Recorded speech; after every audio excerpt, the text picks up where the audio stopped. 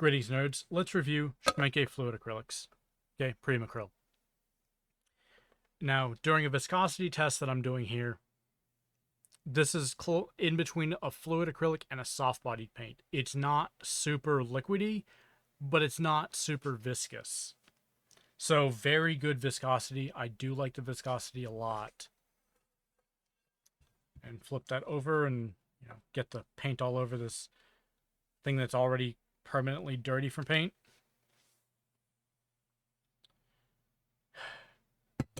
The pigmentation on this paint is pretty good. We have cobalt teal, which is more blue than golden's is, by the way. So if you own the golden one, don't feel bad about buying the Schmincke one because they are different colors.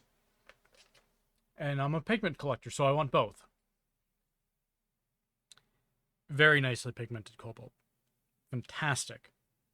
Really high up there with some of the highest pigmented paints on the market.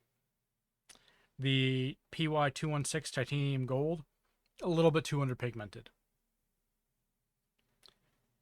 Another problem I have is this is a manganese violet. They claim it's semi-opaque.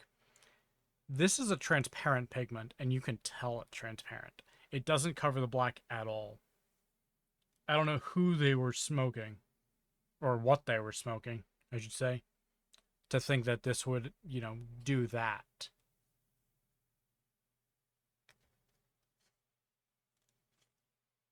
Though I will say that this swatch here is very close to real life.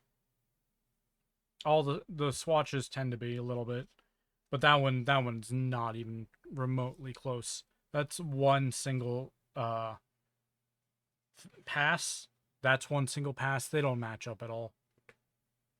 You can see the purple there, the violet, but it's not semi-opaque. So another problem I have with the paint is its durability. Its durability is lacking. If you nick the canvas, if you nick your miniature, it can peel off completely, just like Vallejo can. With Vallejo primers, if you didn't know, if you never used one, if you nick the primer at all and you try to fix it, like by sanding it, it'll just peel it up and peel up everything on top of it. So one reason why I don't use Vallejo products is because of that. And that's a very common issue with Vallejo products, especially their primers. The Schmincke Fluid Acrylics do that. The heavy bodieds don't. I've sanded them before just perfectly fine. But the fluid acrylics, if I sand them, they do that whole thing.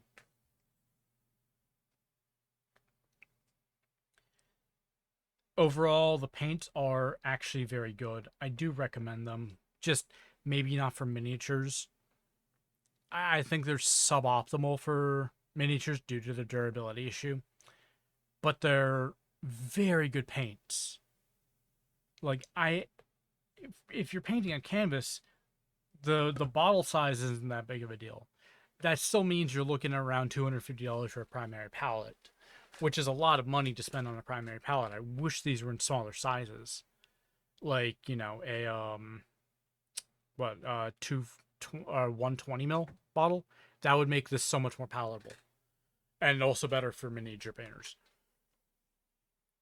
But a 250 ml is a lot of paint, even for a lot of canvas painters. So, and there's a lot of stomach in terms of cost. The price to performance, however, fantastic.